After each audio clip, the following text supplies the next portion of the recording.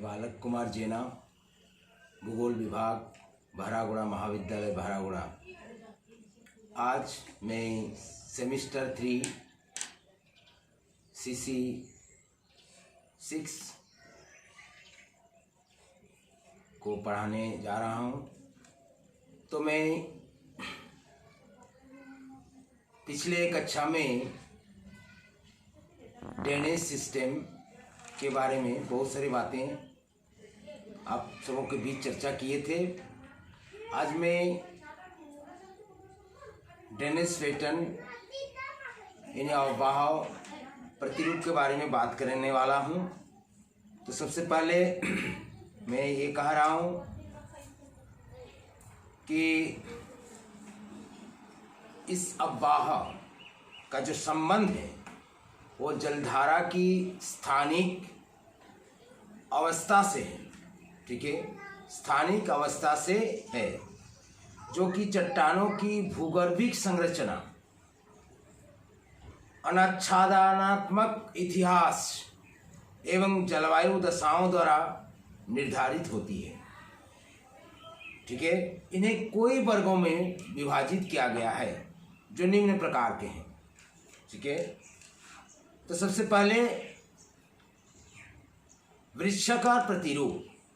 सबसे पहला है वृक्षाकार प्रतिरूप यानी डेंड्रेटिक पैटर्न। ठीक है, दूसरा समानांतर प्रतिरूप यानी पैरेलल पैटर्न।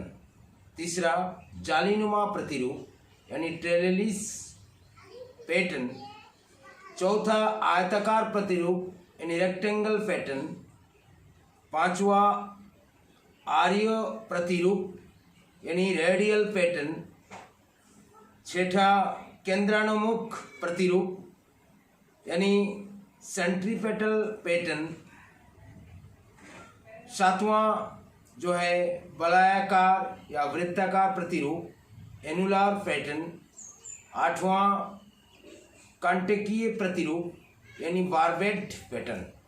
इस तरह से इन सभी प्रतिरूपों के बारे में हम लोग थोड़ा थोड़ा जानकारी लेंगे। तो सबसे पहले वृक्षाकार प्रतिरूप यानी डेंड्रेटिक पैटर्न। ये जो है कहने का मतलब कि चट्टानों की जो संरचना है, चट्टानों की जो संरचना है वो एक समान होती है तो इनका विकास होता है। कहने का मतलब अगर चट्टानों का संरचना एक समान होती है तो इसका विकास होता है। इसमें मुख्य नदी वृक्ष के समान, जबकि सहायक नदियां जो होती है वो शाखाओं के समान होती है। ठीक है, यानी कहने का है मुख्य नदी जो होगा और वृक्ष के समान होगा और सहायक नदियां जो होगी वो शाखाओं के समान होती है। यानी उदाहरण तो कह सकते हैं छटनागपुर का पठार, ठीक है, तथा दक्षिण भारत की कुछ नदियां जैसे कि गोदावरी, कृष्णा आदि। ठीक है, ये सब जो है वृक्षाकार प्रतिरूप के अंतर्गत आते हैं। समझ में आया?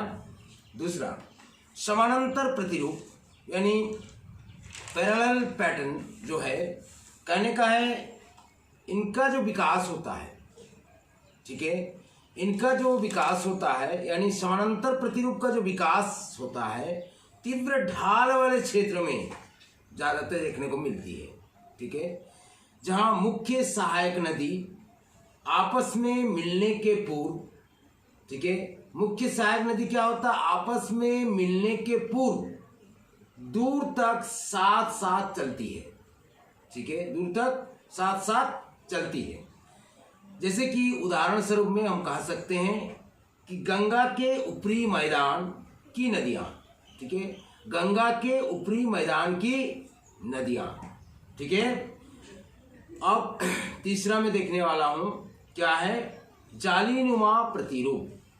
जालीनुमा प्रतिरूप इसमें कहने का है जहाँ कड़ी यानी कठर, कहने का मतलब जहाँ कठर या कड़ी एवं मुलायम चट्टानें क्या होती है वहाँ एक साथ किसी दिशा में झुकी हुई मिलती है। कहने का मतलब कठोर या मुलायम जो चट्टानें होती है वो एक साथ किसी दिशा में झुकी हुई मिलती है, ठीक है, और वहाँ इनका विकास होता है। यानी वहाँ उस तरह की स्थानों में इस तरह की जो जालीनुमा प्रतिरूप देखने को मिलती है, ठीक है। अगला हम लोग और जो कुछ पॉइंट है उनके बारे में अगला में भी चर्चा करेंगे, जैसे कि आयताकार प्रतिरूप, ठीक है, केंद्रीय प्रतिरूप, केंद्रानुमुखी प्रतिरूप, वलयाकार प्रतिरूप और कंटकीय प्रतिरूप आदि के बारे में अगला कक्षा में फिर हम लोग चर्चा करेंगे, ठीक है। धन्यवाद।